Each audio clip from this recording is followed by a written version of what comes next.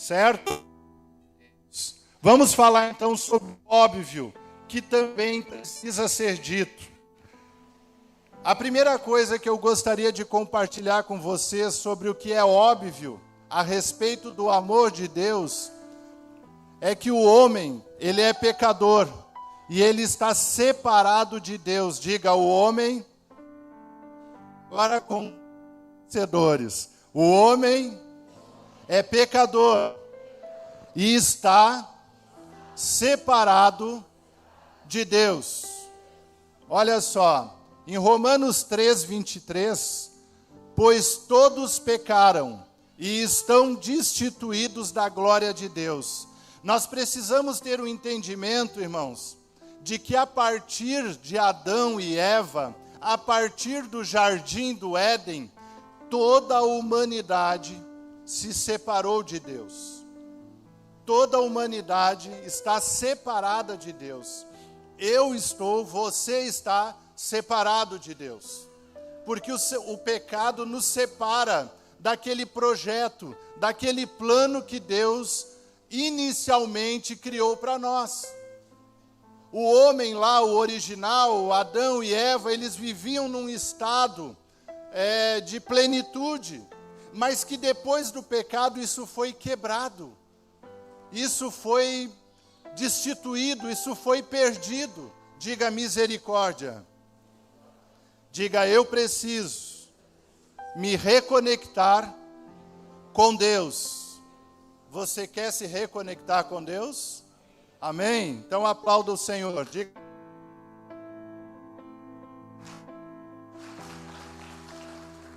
Essa é a primeira coisa que eu tenho que compartilhar com vocês nesta manhã.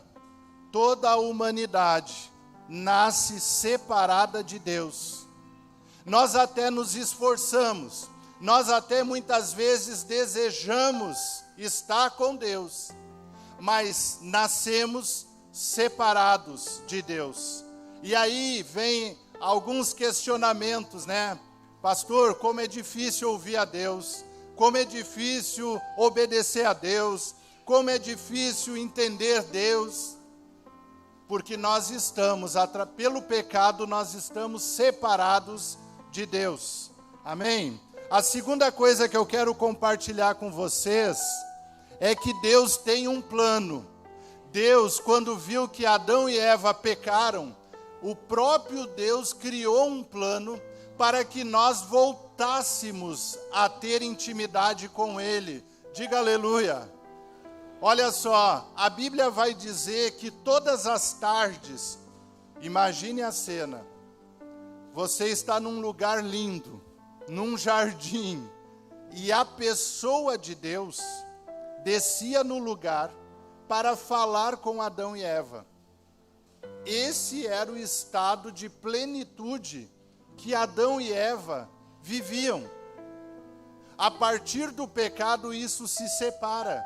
Deus não vai mais estar com o homem e a mulher, mas Deus pensa num plano, um plano para fazer com que o homem voltasse a Deus, voltasse a ouvir Deus, voltasse a entender Deus, voltasse a escutar Deus novamente. E o plano é, porque Deus amou tanto o mundo, que deu seu Filho unigênito, para que todo o que nele crer não pereça, mas tenha a vida eterna. Escute uma coisa. Se você está vindo agora na igreja, pastor, eu estou vindo há 3 semanas na igreja, eu estou vindo há 3 meses na igreja, eu estou vindo há 1 ano na igreja, me diga qual é a primeira coisa ou o primeiro texto da Bíblia que eu preciso entender e conhecer. Esse texto aqui. João 3,16 é um resumo da obra que Deus tem para o homem. João 3,16 é o texto áureo que a gente chama da Bíblia. Se você pegar tudo que está na Bíblia, pastor, o que eu devo aprender primeiro? Aprenda o projeto que Deus tem para mim e para você. Ele nos amou de tal forma, de tal maneira, que Ele criou um plano para que nós voltássemos a Ele. Diga aleluia. Agora escute, um outro ponto sobre esse texto aqui. O plano de Deus é que o homem volte para Ele através de Jesus Cristo. Mas é verdade, irmãos, que muitas vezes nós fazemos caminhos até Deus. Nós construímos caminhos, pontes, nós fazemos portas para entrar com a intenção de ir a Deus. Quantas e quantas vezes as pessoas chegam para nós e dizem assim: pastor, a igreja foi a última porta que eu entrei. Sabe por quê? Porque antes ela procurou várias coisas, várias portas, vários caminhos, várias filosofias, várias doutrinas para tentar encontrar a Deus. E escute, a intenção é boa, a intenção é louvável e Deus vê isso. O que nós precisamos entender nesta manhã é que o plano, a porta, o caminho que Deus fez não é o plano e a porta e o caminho que muitas vezes eu faço. Aliás, nunca é. E aí está a dificuldade de nós entendermos Deus.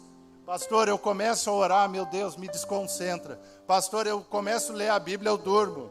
Pastor, é uma luta para mim vir no culto. Sempre tem uma briga, sempre tem uma discussão.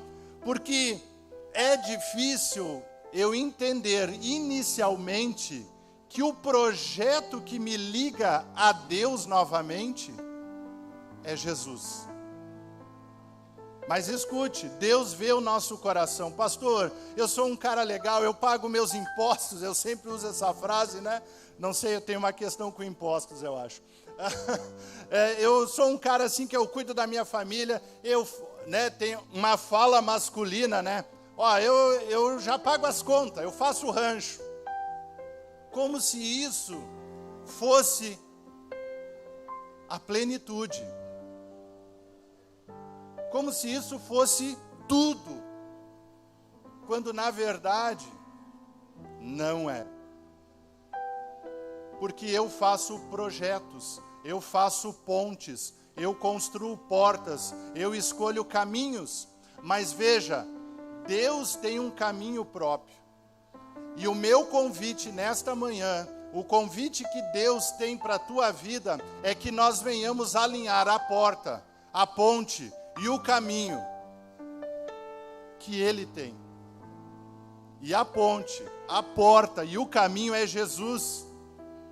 Amém? Você quer aplaudir? Glória a Deus. Aleluia. Terceira coisa que eu quero compartilhar com vocês aqui. Olha só. Jesus Cristo é a única solução de Deus para a humanidade. Nesse ponto, nós vamos botar uma lupinha, tá? Nós vamos ir mais profundo nisso aqui. Mas o texto que eu quero compartilhar com vocês diz lá em Romanos: mas Deus demonstra seu amor por nós. Cristo morreu em nosso favor quando nós ainda éramos pecadores. Como agora fomos justificados por seu sangue, muito mais ainda seremos salvos da ira de Deus por meio dele. Irmãos, nós já temos o entendimento. O tema nesta manhã qual é? O óbvio precisa ser dito. Todos nós, desde pequeno, nós já sabemos que existia um jardim. Nós já sabíamos que existe uma serpente. Nós já sabemos que existe Jesus. Isso é cultural no Brasil, é cultural no Ocidente. Nós já temos esse entendimento, mas é preciso que nós venhamos repetir o óbvio, porque muitas vezes o óbvio está na minha frente, e eu estou dizendo assim: poxa, como é que as coisas não melhoram para mim?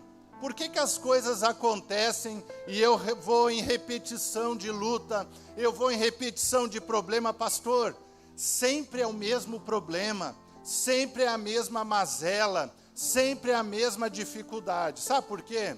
Porque o óbvio está aqui na minha frente, mas muitas vezes nós deixamos de ver o óbvio. É óbvio que se eu for para Jesus, é óbvio que se eu escolher o caminho, a porta e a ponte que Deus construiu, irmãos, não há registro na história de alguém que escolha o projeto que Deus tem, que não saia diferente. Não tem. E não vai ter. Sabe por quê?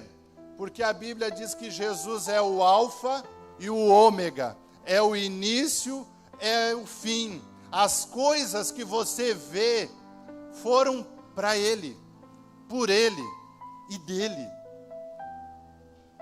Sabe quando a gente está esperando os nossos filhos? Eu não sei se você tem esse sentimento, mas a gente lá em casa, a gente pensava assim, poxa, que cama eu vou comprar? Que berço? Qual é a cor do kit que nós vamos levar para sair? Qual a bolsa? Qual, o trocador? Qual a manta? O sentimento do pai e da mãe é de pensar que tudo que ele está fazendo é para alguém, é para o bebê. Pois bem, sabe da onde saiu esse sentimento? De Deus. Porque Deus olhou o mundo e disse assim, Jesus, meu filho, olha aqui, tudo isso. Eu pensei na cor das árvores, eu pensei no bico amarelo do pato, eu pensei nas nuvens, tudo é para ti, é teu. E aí que está a dificuldade muitas vezes de nós entendermos que a vontade de Deus é uma e que a nossa vontade é outra. Romanos vai dizer que quando Cristo morreu, nós ainda éramos pecadores. Olha que amor é esse, irmãos. Alguém manda matar o seu filho para salvar alguém que nem sabe se ele vai querer esse plano de salvação. Deus mandou Jesus e nem sabia, quer dizer, na onisciência Deus sabe, mas há um livre-arbítrio nosso. Eu posso não querer o plano que Deus quer. Você é livre para isso. Isso se chama livre-arbítrio, se chama escolha. Deus tem uma porta, Deus tem uma ponte, Deus tem um plano, mas você pode não querer. É um direito seu que Deus deu. Agora, se eu desejar, se eu querer, tudo parte do desejo, Já dizia Freud, Tudo parte de um desejo. Se eu quero, se eu desejo, o plano, a ponte, a porta, o caminho que Deus tem para mim, irmãos, coloca aí, anota na tua agenda, anota na tua Bíblia, porque uma nova história começa a ser escrita. Diga amém. Glória a Deus. Quer aplaudir a Jesus?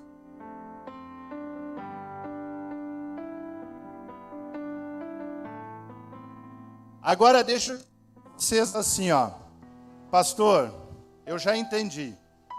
É Jesus. É o plano que Deus tem. Como é que isso funciona? O que eu devo fazer?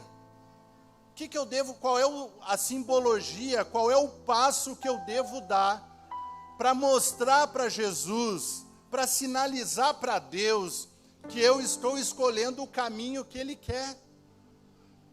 Não é assim quando a gente começa a namorar? A gente dá pistas. Aliás, umas piscadinhas, um oi no WhatsApp, Assim, há umas coincidências, A gente se encontra. Quando eu comecei a namorar a pastora Marta, eu trabalhava para uma empresa prestadora de serviço da Corsã. E eu era o cara que lia o relógio da água. Talvez você já tenha me xingado algumas vezes, sem saber, mas era eu. Aquele cara era eu. Então eu ia lá, né? E tirava a leitura da água. Tem algum leiturista aqui? Não? Tá bom, glória a Deus. A pastora Marta trabalhava no bairro Nossa Senhora de Lourdes. Ela cuidava de 2 crianças, 2 meninos. Sabe o que eu fazia? Eu organizava a minha rota para que às 12h40, quando ela desembarcava do campestre, né? Do campestre, ela parava em frente ao shopping, ao Monet. Coincidência, eu estava cruzando na rua, fazendo a leitura da água, que ela estava indo trabalhar. É assim, ó, é cristocidência ou não é? É, né? Claro que é, irmãos. Não é nada. Friamente calculado, como dizia o Chapolin Colorado, né? Entende? A gente vai fazendo intenções, a gente vai falando coisas, a gente vai demonstrando o caminho que Deus construiu para nós. Então, existem sinais, sim. Há sinais de amor para a nossa família, ou de a gente dá sinais para os amigos. Ó, cara, eu quero ser teu amigo. A gente dá sinais se ama ou não os nossos filhos, irmãos. Eu poderia pegar o tema desta mensagem, o óbvio precisa ser dito, e eu tirar todo o contexto de salvação e falar só sobre família. Quantas vezes a nossa esposa está ali, no dia da luta, no dia do choro, no dia da fartura, né? Aquela fartura que não tem nada. E nós, muitas vezes, não reconhecemos ou dizemos, muito obrigado, amor, muito obrigado, minha esposa, minha namorada, porque tu esteve comigo. É óbvio que ela estava lá. É óbvio que eu precisava reconhecer isso e demonstrar isso, mas muitas vezes nós não fazemos. Entendem? Olha só qual é o sinal que Deus tem então. Vamos lá. Como se religar a Deus? Quem crer e for batizado será salvo, mas quem não crer será condenado. Marcos 16:16. Escute. É verdade que quem não for batizado vai para o inferno? Sim ou não? O que vocês acham? Quem não for batizado vai para o inferno? Pode passar o próximo. Olha só. Um texto clássico. Um dos criminosos que ali estavam dependurados lançava-lhe insultos. Você não é o Cristo? Salve-se a si mesmo e a nós. Mas o outro criminoso repreendeu, dizendo, você não teme a Deus, nem estando sobre a mesma sentença? Nós estamos sendo punidos com justiça, porque estamos recebendo o que os nossos atos merecem. Mas esse homem não cometeu nenhum mal. Então o ladrão disse, Jesus, lembra-te de mim quando entrares no teu reino. E Jesus lhe respondeu, eu lhe garanto, hoje você estará comigo no paraíso. Vou pedir para a comunicação voltar à tela anterior. Isso, aí, gurizada. Porque, irmãos, o batismo não é, ó, cuidado, vamos devagarinho nesse assunto. O batismo não é o passaporte para sermos salvos. Existe algo anterior ao batismo. Aliás, existem 2 coisas antes do batismo que precisam acontecer. E a primeira delas é que eu tenha fé. Quem crer, o critério para ser salvo é crer, ter fé. Se eu não tenho fé, nada do depois vai acontecer. O primeiro critério para a salvação é eu ter fé, é eu acreditar no plano que Deus tem para nós. E qual é o plano? Jesus.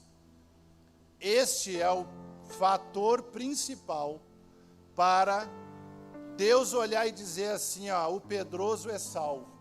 Quando chegar a hora eu vou chamar esse cara para mim. O Ari, mesmo sendo colorado, é salvo. Vou ter que salvar esse cara, né?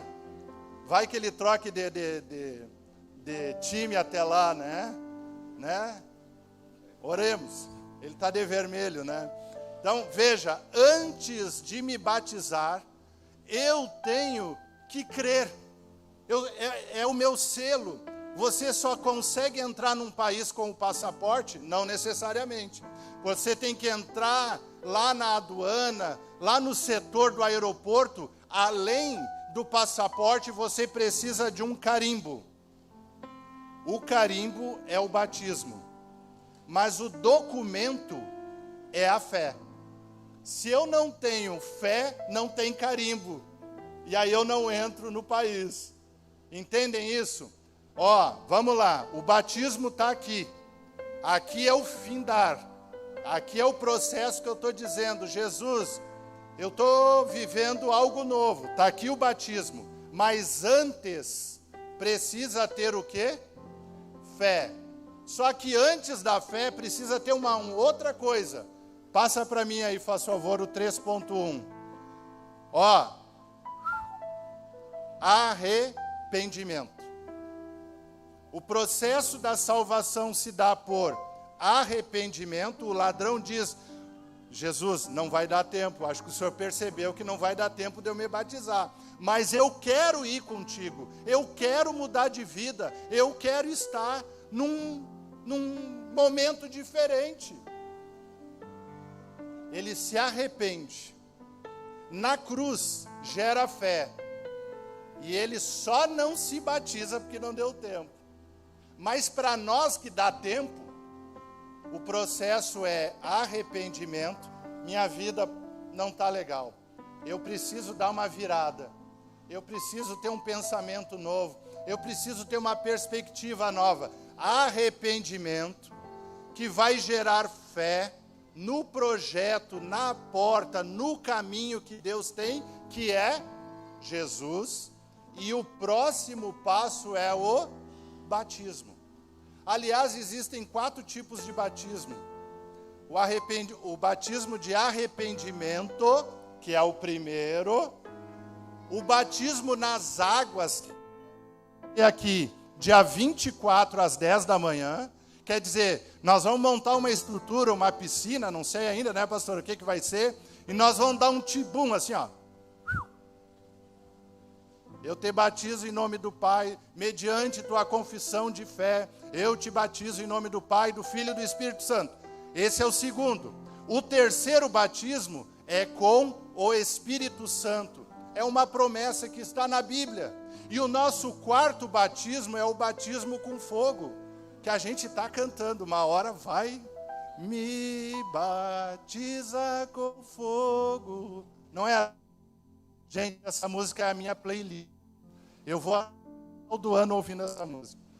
Porque depois que eu pego uma música, meu Jesus. Então veja, arrependimento, depois fé, depois o batismo. Pode passar o próximo, por favor. Ó, o segundo alicerce para a salvação é fé. Quem crer, olha aqui, ó. Eu até não vou encostar porque eu vou tomar choque que nem o pastor Arnoldo. Quem crer, o critério, irmãos, primeiro de tudo, pastor, qual é o primeiro passo? Me arrepender. O segundo, crer na porta que Deus providenciou. Quem crer e for batizado, será salvo. Quem crer e for batizado, será salvo. Mas também o texto fala de um outro estágio da minha escolha. Quem não crer será condenado. Não é quem não for batizado, é quem não crê. Simples assim. Sabe? Sem enrolations, sem firulinhas, sem destaca-texto. Simples assim. ou nós cremos e nos condicionamos à porta que Deus providenciou, que é Jesus Cristo, ou nós não seremos salvos. Amém? Terceiro ponto, pode passar para mim? Olha só, portanto, vão, façam discípulos de todas as nações, batizando do Pai, do Filho e do Espírito Santo. O que eu quero destacar desse texto? Irmãos, pastor, se eu creio, então eu não vou me batizar. Olha o que Jesus está dizendo. Vão e façam. Há dois imperativos aqui, há duas ordens claras sobre o batismo. Primeiro, de que eu tenho que ensinar sobre batismo. A segunda é que eu tenho que fazer a construção para essa vida que vai receber a mensagem.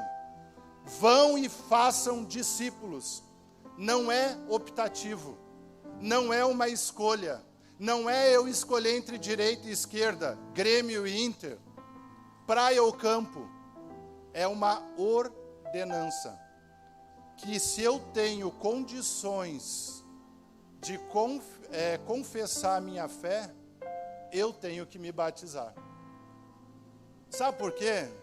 Olha só, eu e a pastora Marta fomos essa semana num aniversário. E o assunto, nós encontramos uma conhecida que há muito tempo nós não encontrávamos nesse aniversário. E o assunto de nós três era a pauta da nossa luta de ir na endócrino, de ir na Nutri, né? E troca carboidrato por proteína de manhã, e toma 4 litros d'água, né? Vamos lá, vamos firme, né? E não sei mais o que, e come frutinha no meio da manhã.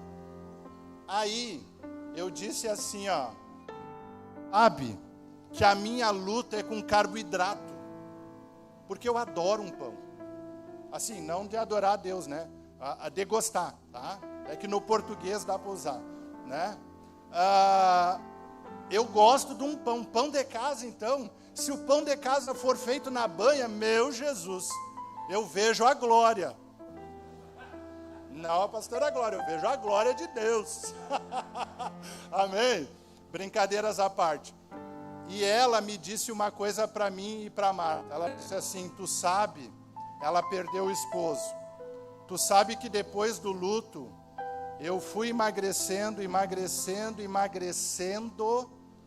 Quando eu fui fazer exames, o doutor me disse assim, teus triglicerídeos estão abaixo, tu vai entrar em inanição. E o que é inanição? A grosso modo, é uma atrofia dos músculos, quer dizer, nós temos uma reserva ali, só que passou da reserva, começa a atrofiar o crescimento, a manutenção dos músculos dela. E aí o doutor disse para ela assim, eu preciso que tu coma carboidrato. E eu pensei, por que a doutora não me diz isso? Né? Podia me dizer, eu ia ficar feliz.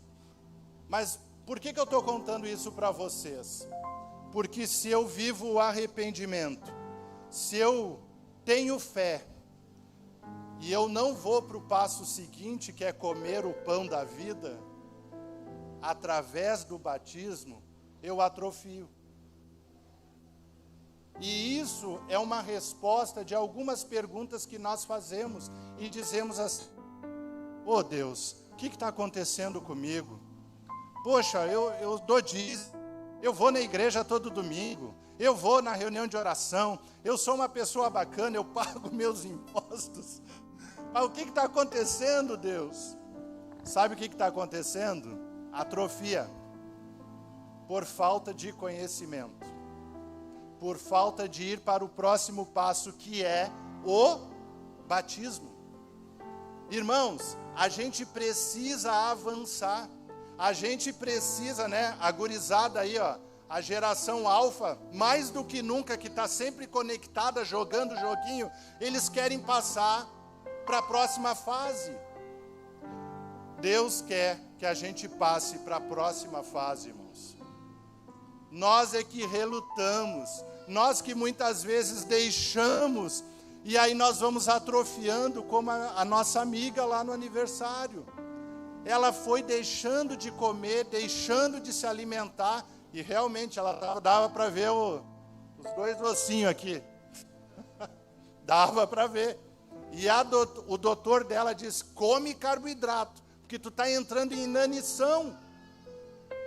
Irmãos, comer demais faz mal, mas também não comer de Deus, da sua palavra, da sua vontade, do seu espírito, também pode nos matar, mata a nossa fé. Então veja, arrependimento, fé e batismo.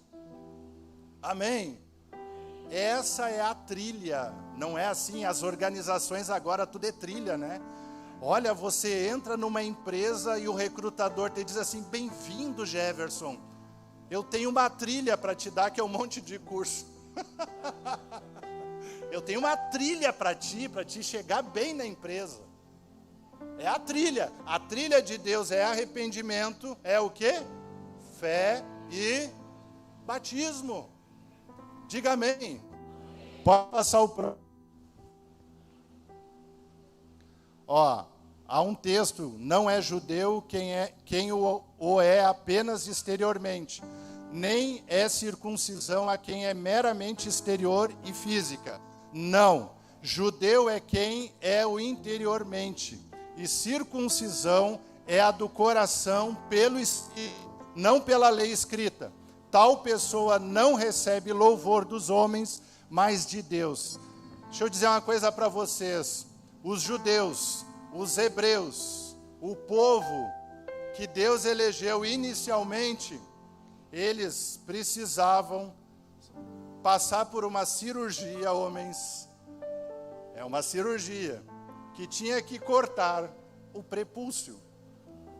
Esse era o sinal que Deus tinha uma aliança com eles. E aqui tem um ponto importante. Por que Deus não deu um sinal, então, para as mulheres também? Lembram daquele texto de Paulo dizendo para o soldado que se tu crer, será salvo tu e a tua casa. A mulher não estava na prisão, os filhos não estavam na prisão, os empregados não estavam na prisão, só estava só o soldado. Entendem, homens? Olha o papel que nós temos na sociedade. E eu quero destacar isso, porque a gente tem perdido esse papel de sacerdócio, de pastoreio, de profecia, no sentido de dizer, ó família, nós vamos sair dessa. Era só o soldado, era só o hebreu que fazia a cirurgia, e Deus dizia, eu estou contigo. Agora no batismo não é no atacado, é no varejo, é 1 a 1. Se o meu filho não crer, não ter fé e não for batizado, ele não vai ser salvo. Todos nós precisamos passar por isso. Diga amém.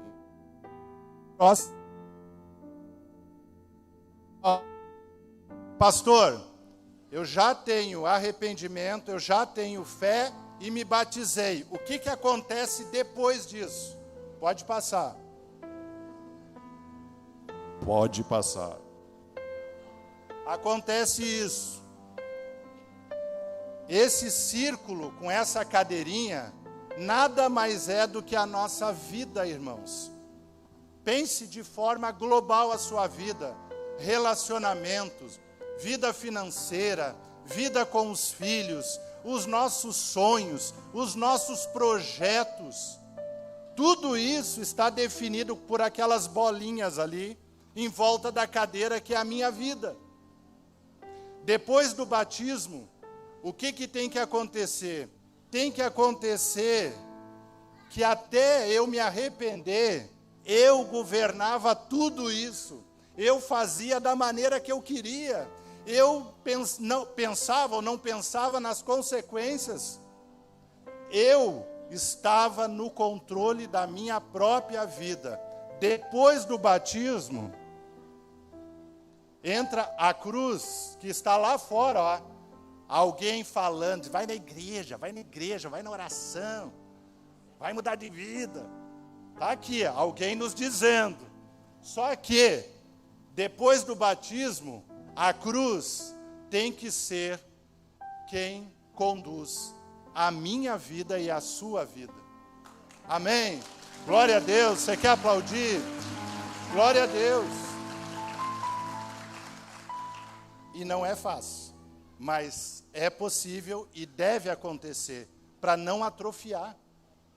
Eu e você temos que deixar aqui, ó, sabe? Eu estava sentado aqui governando tudo na minha vida. Eu fazia, não media consequência, gastava mais do que ganhava, enfim. Quando eu saio da cadeira e Jesus senta, irmãos, já não é mais a minha vontade. É a vontade de Jesus que está governando a minha vida. E aí temos um probleminha, e aí eu encerro. Às vezes nós levamos 40 anos para nos batizar e ter esse entendimento. 40 anos eu conduzi minha vida assim. E aí deu uma mudança, uma virada de chave. Entendem? Há conflito de interesses, que a gente diz. Porque eu ainda quero estar na cadeira. Pastor, eu só fiz isso 40 anos. Eu só fiz 40 anos. Deixa eu contar uma experiência para vocês e aí terminar.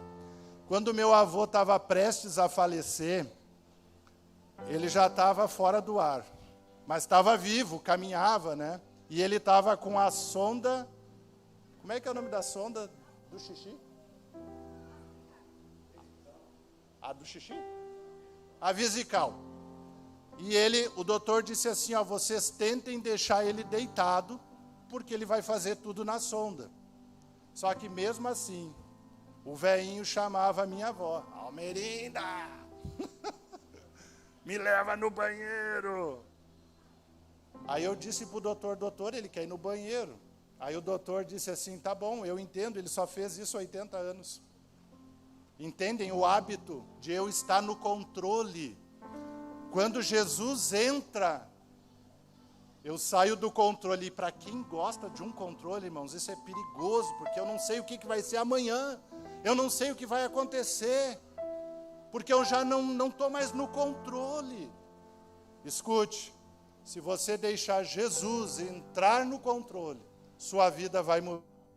Porque a Bíblia diz que o plano de Deus é bom e é agradável.